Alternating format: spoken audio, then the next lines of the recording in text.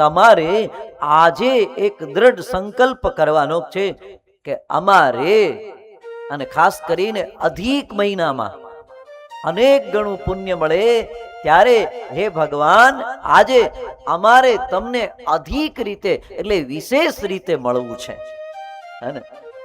અત્યાર સુધી અમે તમારા દર્શન કરવા આવતા હતા, પણ તમે કેવા વાઘા પહેરતા હતા એ અમને ખબર નહોતી. દર્શન કરવા જઈએ ને આપણે તો ભગવાને કેવા વાઘા ધારણ કર્યા હોય એ ખબર ના હોય. એમને જાય ભગવાનની પાસે એટલે આંખ બંધ કરીને ઉભા રહી જાય અને પછી પાછા ત્યાંથી નીકળે. એમ નહીં.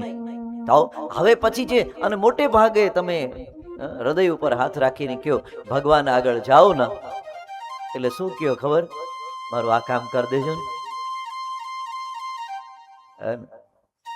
મારા દીકરા લગ્ન નથી થતા કરી દેજો ને, કા દીકરીના લગ્ન નથી થતા કરી દેજો ને, કા મારો ધંધો હલાવજો ને. કંઈક ને કંઈક માગણી લઈને જ જતા હોય.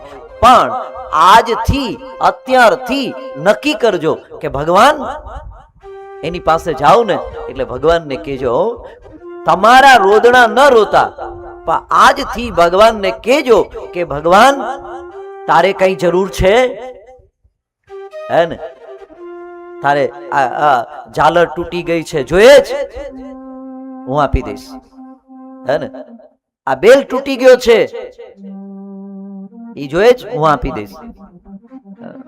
ભગવાનને એમ કહેજો તારે કઈ જોઈએ છે તો હું આપીશ. આજ હું તને આપવા માટે આવ્યો, તારી પાસેથી માગવા નથી આવ્યો, લેવા માટે નથી આવ્યો, હું તને આપવા માટે આવ્યો. કોક દિવસ તો ભગવાન પાસે જાઓ અને ભગવાનને જઈને કહો કે પ્રભુ આજ તને કેમ છે એમ પૂછવા આવ્યો છું, મારા રોદણા રોવા નથી આવ્યો.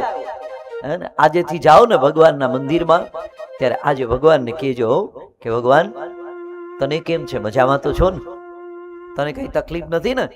તકલીફ હોય તો અમને કહેજો, અમે બેઠા છીએ.